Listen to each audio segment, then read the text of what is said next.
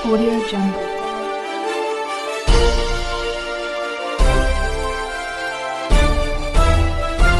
Audio Jungle.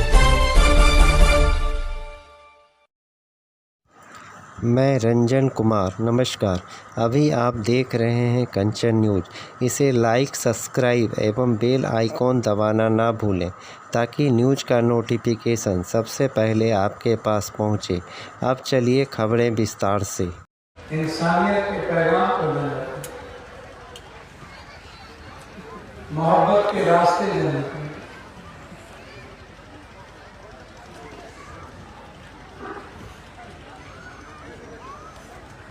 संपूर्ण मानव कल्याण के भाव से रहना,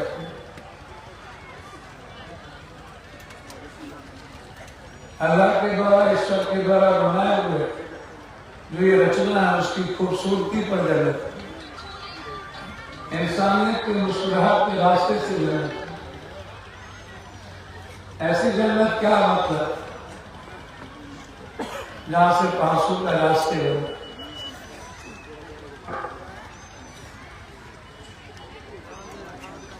जब मोहम्मद साहब बहुत सारे किताबों को पढ़े लिखे, लेकिन आज दुनिया के लोगों के लिए ठहर कर उनके विचारों ने दुनिया को एक राह दिया, दुनिया को एक रिश्ता दिया, दुनिया को एक रास्ते दिए। इंसानियत का, मिल्लत का, ज़कात का, नमाज का, दस्तरखान का, एक साथ चलने का, जैसे सीखने बशरीय कुटुंबकम सर्वधर्म संभव सार्वभौमिकता का एक नैसर्गिक दर्शन दिया। उसी तरह मोहम्मद साहब ने भी, कृष्ण ने भी, राम ने भी, कबीर ने भी, रहीम ने भी, वाल्मीकि ने भी, संत रविदास ने भी सिर्फ एक ही राह दिखाया, आत्म मोक्षार्थम जगत हिताय, संपूर्ण मानव का कल्याण और खुद का मोक्ष। बिना दूसरों के कल्याण के मोक्ष की कल्पना करना गुनाह है। बिना पड़ोस के कल्याण के, बिना यतीम के कल्याण के, गरीबों के रास्ते मोक्ष की कल्पना, जन्नत की कल्पना, ये सही नहीं है। आप यदि जन्नत में जाना चाहते हैं तो आपको यह महसूस कर लेना पड़ेगा कि जो आपकी 5 वक्त नमाज है ना, ये जो दुआ आप करते हैं अल्लाह ताला के नजदीक जाने के लिए की, आप उससे कुछ मांगे नहीं।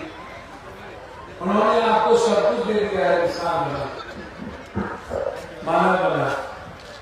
अल्लाह आपके साथ नहीं होते तो आप इतने खूबसूरत बच्चे अल्लाह के बेटे के रूप में, आप अरमानत के रूप में होते हैं।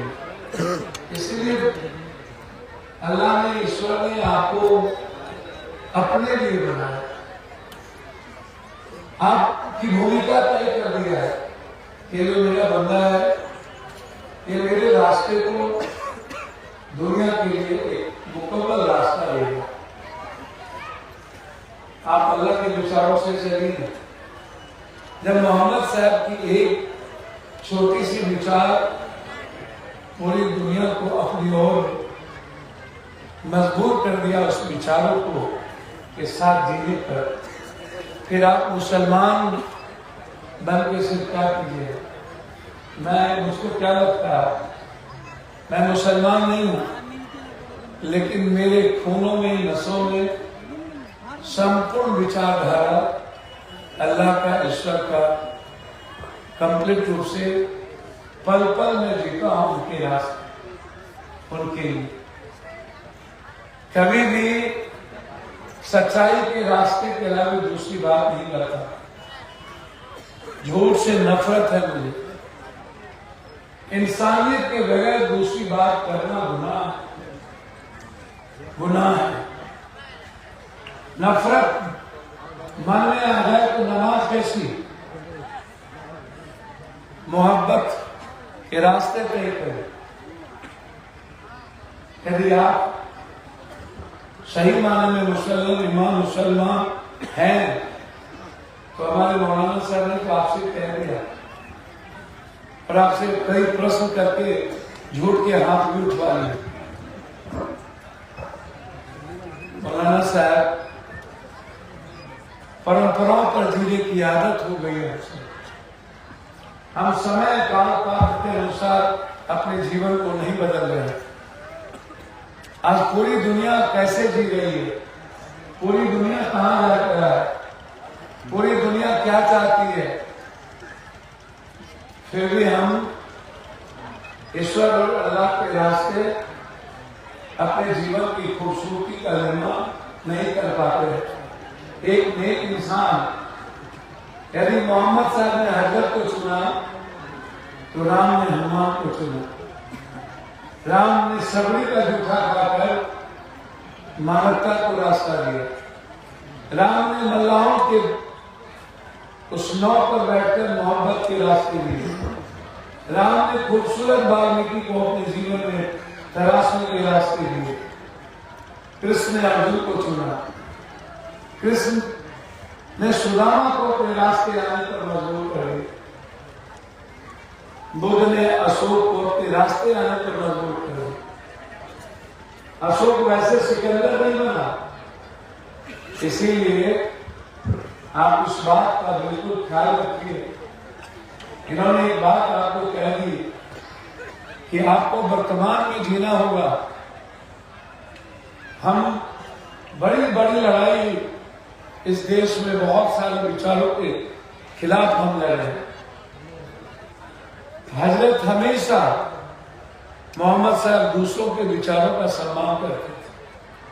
मोहम्मद साहब दूसरों के धर्मों का सम्मान करते थे। मोहम्मद साहब खुद से ज्यादा दूसरों के समाज और समूह का सम्मान करते थे। हम लोग अपनी बात करते थे। जिस दिन मुसलमान मोहम्मद साहब के रास्ते दूसरों के विचारों का सम्मान श्रेष्ठकर करके मानने लगे, उसी दिन मोहम्मद साहब की जो ये इस्लाम है ना, ये जहाँ आप लोगों के और हम लोगों के कारण रुका है, दुनिया की ओर बढ़ जाए, इसका ख्याल रखिए। इस्लाम ने बहुत नया चीज दिया। जैसे बुद्ध ने क्या कहा था, अपो विपो भव, हमारे भीतर का यजनी, हमारे भीतर का रावण, हमारे भीतर का कंस, हमारे भीतर का अहंकार, हमारे भीतर का नफरत, इसको जलाकर, इस अंधकार को मिटाकर एक नूतन प्रकाश करना, हजरत का जन्म, और फिर एक अच्छे इंसान से मोहम्मद के रास्ते को आगे बढ़ाना, उसके पैगाम को जन जन तक पहुंचाना, खुद के एक खूबसूरत इंसान के रूप में निर्माण। बगैर एक अच्छे इंसान के आप इस्लाम के रास्ते नहीं चल सकते। आप किसी भी अच्छे रास्ते को चयन नहीं कर सकते। इसीलिए हम सबको ये मान के चलना होगा कि आप जैसे छोटी सी घटना मैं बता रहा हूं, इजराइल और हमास की, क्या ये जिम्मेदारी पूरी दुनिया के मुल्कों की नहीं है कि जब कोई जुल्म हो तो उसके खिलाफ एक आवाज उठनी चाहिए।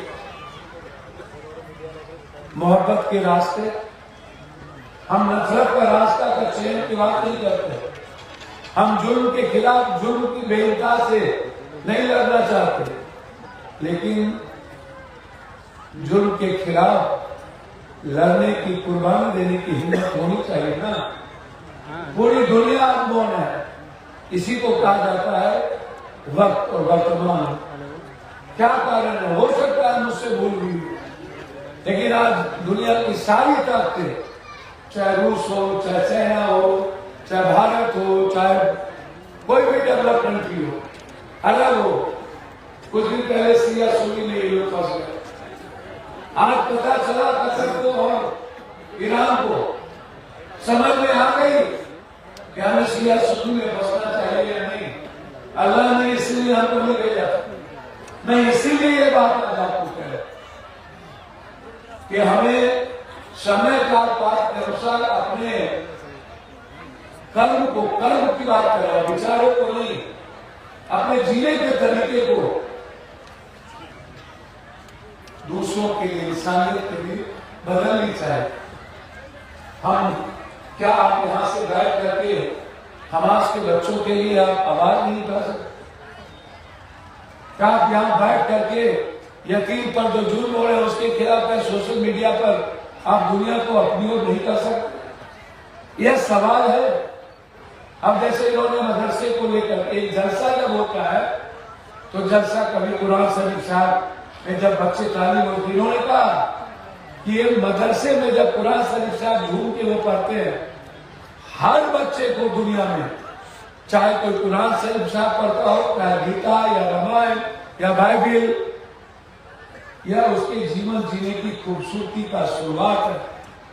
जिसने कुरान शरीफ साहब को रट के इस्लाम के रास्ते चयन शुरुआत नहीं की, वो कुरान शरीफ साहब को नहीं पढ़ा। कुरान शरीफ साहब को पढ़ने का मतलब है अपने जीवन को खो देना और उस राह को चुनना जो हमें उस कुरान शरीफ साहब से जो जीना सीखा है, उस जीने को खूबसूरत तरीके से चलना। कुरान शरीफ साहब को निश्चित रूप से आप विज्ञान पढ़िए, आप जीने के लिए आज अर्थ युग में हमें जरूरत है। हम सिर्फ कुरान शरीफ साहब को पढ़ के अर्थ युग में नहीं जा सकते, भूखे पेट भजन नहीं होगा, लेकिन एक नेक इंसान बनने के लिए कुरान शरीफ साहब को अपने जीवन में आत्मसात करना, गीता को, बाइबिल को, रामायण को, बिना गीता के, बगैर कुरान शरीफ साहब के, बगैर बाइबिल के आप किसी भी तरह के नेक इंसान आपके जीवन में आपको एक खूबसूरत इंसान बना ही नहीं सकते। जरूरत है मदरसे में कुरान शरीफ साहब। जो लोग ऐसी बात करते हैं कि मदरसे में नफरत का कुरान शरीफ साहब पढ़ाया जाता है, उसने कुरान शरीफ साहब के पेज को, इस्लाम के उस धारा को, जिन्होंने नफरत की लकीर खींच दी थी, जिन्होंने दूसरों के पैरों के पर, दूसरों के विचारों और दूसरों के जीने के तरीके पर दमन किया था, तब कभी बुद्ध आए, कभी मोहम्मद साहब आए और उन्होंने एक रास्ते दिए। क्या कारण है कि आज बुद्ध 80 कंट्री से ज्यादा तुम्हारी विचारधारा कैद हो गई और बुद्ध की विचारधारा दुनिया में 80 कंट्री के लगभग चली गई, इस्लाम 1/3 से ज्यादा चले गए। इसका मतलब है कि हमारी विचारधारा हमें जीने का रास्ता तय किए रही और ये खूबसूरत विचारधारा है। इसीलिए कुरान शरीफ साहब का अपमान करने वाली जो ताकत इस हिंदुस्तान में बैठी है, उसको समझ लेना चाहिए। ना उन्होंने भारत की गीता को पढ़ा। यदि कुरान शरीफ साहब के बारे में अपमान करता है, वो गीता और रामायण का अपमान करता है, वो अपने विचारधारा का अपमान करता है। मदरसा एक खूबसूरत इंसान को जन्म देता है, वह किसी आतंकियों को जन्म नहीं देता। लगातार हम लड़ते थे। आप याद करिए एनआरसी में पूरे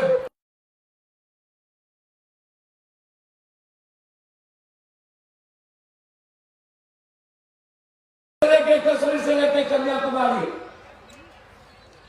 सब लोगों ने कहा पप्पू यादव क्या कर रहे हैं। मैंने कहा ये वक्त है और इस वक्त यदि एक पप्पू खड़ा नहीं हुआ, दूसरों के समाज और उस समूह के परछाइयों के लिए जीने की ताकत हमें नहीं आई, तो कल कोई भी गीता का, बाइबिल का, रामायण का सम्मान नहीं करे।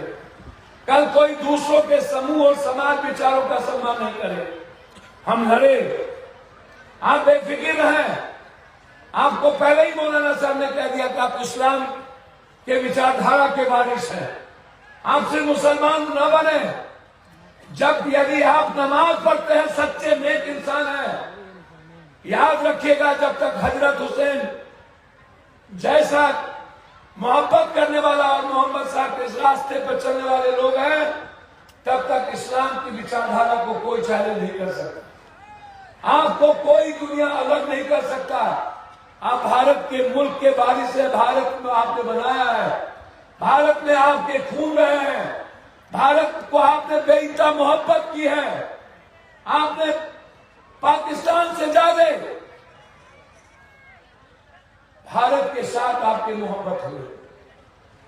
आपको किसी चीज की सोचने की जरूरत नहीं है, बस आप अपना दिमाग सिर्फ मोहम्मद साहब के साथ समर्पण कर दीजिए और कह दीजिए तुमको जहां नहीं चलना आगे जाओ। अच्छा किया तो मोहम्मद साहब और खराब किए तो आओ नहीं। जो होगा एक इतिहास लिखा जाएगा और हमेशा कोई ना कोई इतिहास लिखे जाते हैं। इसीलिए आप आज जो मदरसे को लेकर के आपके लगातार प्रयास, आप सबसे ज्यादा संख्या में होने के बावजूद भी 2.3% आपका रोजगार नहीं है, 1.7% आपकी एजुकेशन ग्रोथ नहीं है। क्यों? आप हुनर जानते हैं, लेकिन हुनर के बाद आपके पास जीने के रास्ते नहीं है, एजुकेशन नहीं है। जितनी हुनर और जितनी मेहनत आपके भीतर है ना, उतनी हुनर नहीं है किसी के भीतर भारत में। आप मेहनत भी बेइंतहा करते हैं, ये है,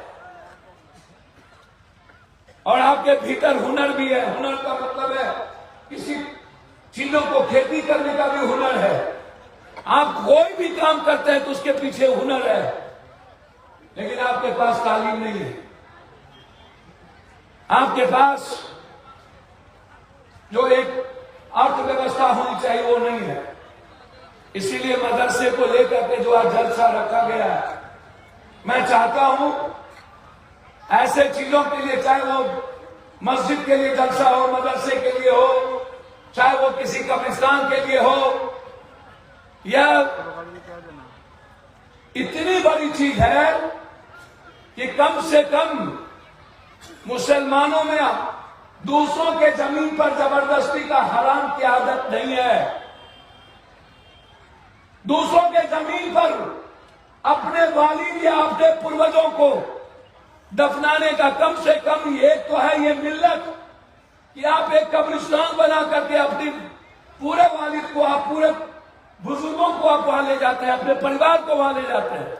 और इसके लिए नेक कामों के लिए जब आप जलसे में आकर के अपना नेक समर्पण करते हैं, कुछ दान देते हैं कि अल्लाह ताला के लिए काम करते हैं। यदि आप मस्जिद का निर्माण करते हैं, और मस्जिद का निर्माण सिर्फ नमाज पढ़ने के लिए नहीं, नमाज के खूबसूरती को समझने, हदीस ने जो बातें कही है, जो लिखी है, जो जीवन का कोड ऑफ कंडक्ट है। आप जैसे पप्पू यादव जो गलत कर रहा है, आप ये हसन हुसैन तजिया निकालना जो इस्लाम इसकी इजाजत नहीं देता, आपको ऐसी चीजों से भी बचनी होगी। भाई इतनी बड़ी विचारधारा आपके पास है, आप जाइए ना, वैसे समय में नमाज पढ़िए, दीजिए ज़कात, दीजिए तो उस दुनिया को मदद करने की ताकत बढ़ाइए। है आपके भीतर जज्बा, आप क्यों दूसरों को देख करके रास्ते तय करते हैं कि नहीं हम भी कबाली करेंगे, हम भी दारू पिएंगे। इस्लाम में दारू पीना हराम है, क्या इसको आप समझते हैं? जैसे पप्पू यादव ने बिना दारू के नहीं रहता, आजकल मुसलमान में भी मैं देखता हूं कि ये चीजें बढ़ गई है।